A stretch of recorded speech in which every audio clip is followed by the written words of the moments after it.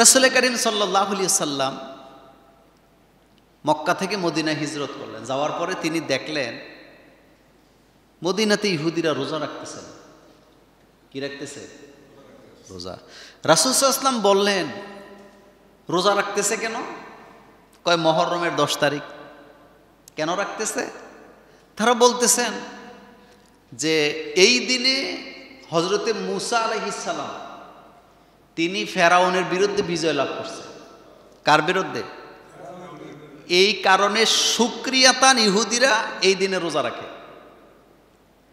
রাসূল সাল্লাল্লাহু আলাইহি ওয়াসাল্লাম বলছেন, ইহুদিরা মূসা আলাইহিস সালামের বিজয়ের কারণে রোজা রাখে, অথচ ইহুদির চাইতে মূসা আলাইহিস সালাম আমি মুহাম্মদ সাল্লাল্লাহু আলাইহি ওয়াসাল্লামের বেশি নিকটবর্তী। সুতরাং আমরাও কি রাখবো? রোজা রাখবো। তবে রাসূল সাল্লাল্লাহু আলাইহি ওয়াসাল্লাম যখন জানতে পারলেন যে ইহুদিরা রোজা রাখে একটা, রাসূল তখন ঘোষণা দিলেন, তোমরা রোজা রাখবা কয়টা? 2টা। রোজাটা কেন রাখবেন, সওয়াবকে, এটা আমি পরে বলবো। তাহলে রোজাটা মূলত রাখা হচ্ছে মূসা আলাইহিস সালাম বিজয় লাভ করছে কার বিরুদ্ধে? ফেরাউনের। বলেন কার বিরুদ্ধে? ফেরাউন। মুহররম মাস আসলে আমাদের দেশে বেদাতীরা মাথা চারা দিয়ে ওঠে। তারা মূলত শিয়াদের অনুসারী। কাদের অনুসারী? শিয়াদের অনুসারী। এই যে হাই হোসেন হাই হোসেন করে চিল্লানো, বুকের মধ্যে থাবড়ানো, রক্তপাত করা, ইচ্ছা করে শরীরে রক্ত ঝরানো, এগুলো শিয়াদের আকীদা। আহলুস সুন্নাহ ওয়াল জামাতের আকীদার সাথে এগুলোর কোনো মিল নাই। যেমন আপনাদেরকে সহজে বুঝাই, কেউ মারা গেলে চিৎকার করে বিলাপ করতে ইসলামের নিষেধ করছে নাকি করে নাই?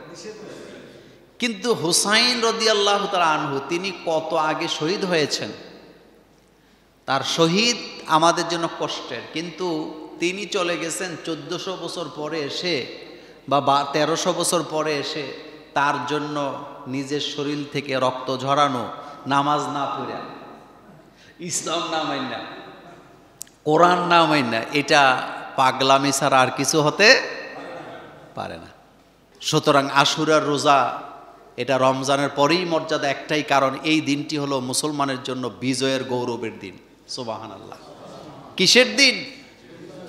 আশুরার ইতিহাস যদি আপনি পড়েন, শুধু কারবালার ঘটনা ছাড়া বাকি সবগুলা ঘটনা আমাদের জন্য আনন্দের। আলহামদুলিল্লাহ পড়েন। বাকি সবগুলা ঘটনা আমাদের জন্য কি? আনন্দের।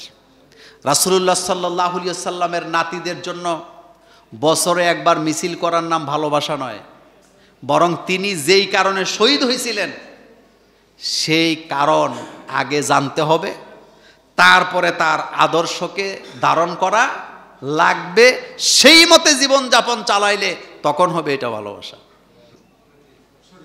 ইমাম হাসান হুসেনকে রাসূল কতটা ভালোবাসতেন। তিনি জুমার খুতবা দিচ্ছেন, ইমাম হুসাইন ছোট মানুষ মসজিদে ঢুকছে, রাসূলুল্লাহ সাল্লাল্লাহু আলাইহি ওয়াসাল্লাম মিম্বর থেকে নেমে গেছে। অনেক হাদিস এই ব্যাপারে আছে, ইনশাআল্লাহ আগামী জুমাতে আলোচনা করা হবে।